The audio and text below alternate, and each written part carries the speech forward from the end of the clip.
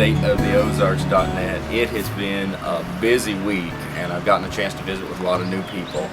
And one of the big questions that shows up a lot is, how did State of the Ozarks get started? Well, a lot of it actually started right here in Cardinal Hill Cottages. Actually, part of it was right here at Cabin 13. So come on over here on the front porch, and I'll tell you about it. Now, a lot of folks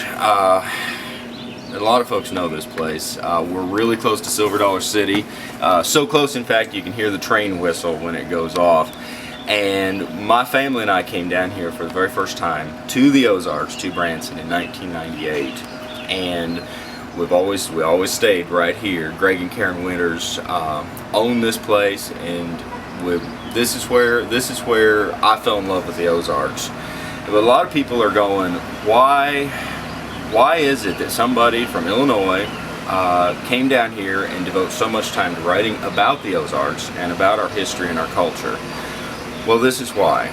I grew up in Illinois, in Peoria County, beautiful, beautiful country, and a very urban area. Fortunately, we lived out in the country on a small farm, but it is very urban. And however, my family, especially on my mom's side, were from southern Iowa, in basically the coal mining country of southern Iowa, almost to the Missouri border. And for folks that go up there, they get to know there's ridges and there's hollers, and there's places that look a lot like the Ozarks, except without the rocks.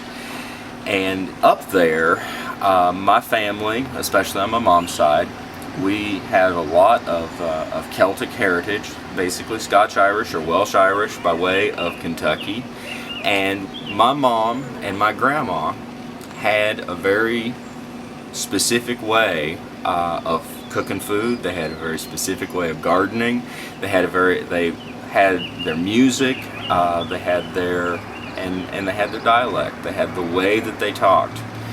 I grew up with that. I grew up going to Grandpa and Grandma's, and folks would play music on Saturday night, and Grandma Myrtle made the best pie crust in the whole world. And I grew up with that culture. At the same time, we'd go home, we'd go back to Peoria County, Illinois, and we'd have a different culture there.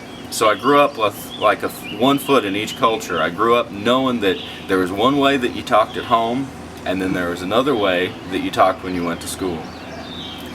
And in 1998, it was a very difficult time for my family. My grandmother had passed away, and we came down here for the first time just looking for a vacation place to get away from everything that wasn't too far away from home.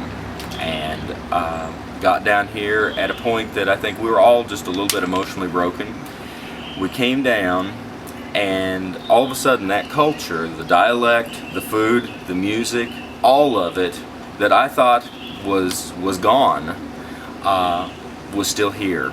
And that was just such an exciting thing for me. And I decided right then and there, I didn't know what I was going to do professionally, but I knew I wanted to be connected with the Ozarks. I knew I wanted to do something. Well, I went ahead and became a graphic designer. Was working on that. We happened to be down here at Cabin 13, and I got the chance to work with some artists here in Silver Dollar City and in Branson.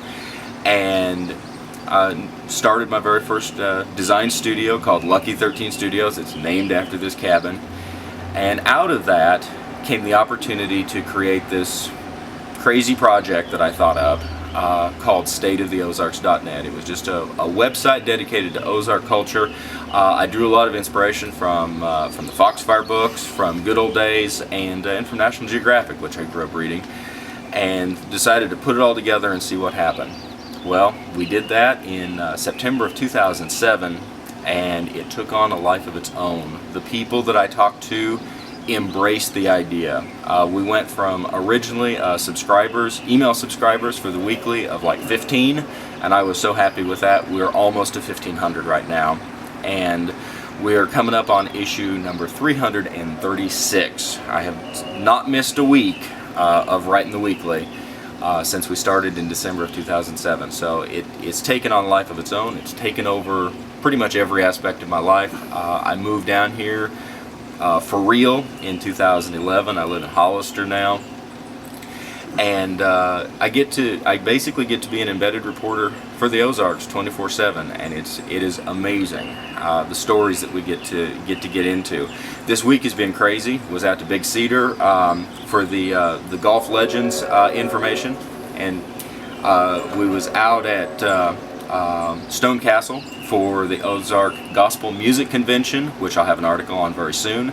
I'm going out to Bonnybrook to write about the mansion and the estate of Rose O'Neal this afternoon, and of course Bluegrass and BBQ is going on at Silver Dollar City right now. So it's a full schedule, to say the least.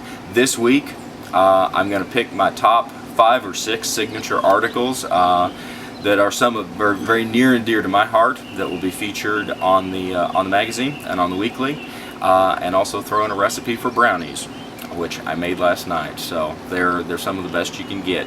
So that's what we got going. Appreciate y'all reading StateoftheOzarks.net, and you guys just keep reading. We really appreciate it.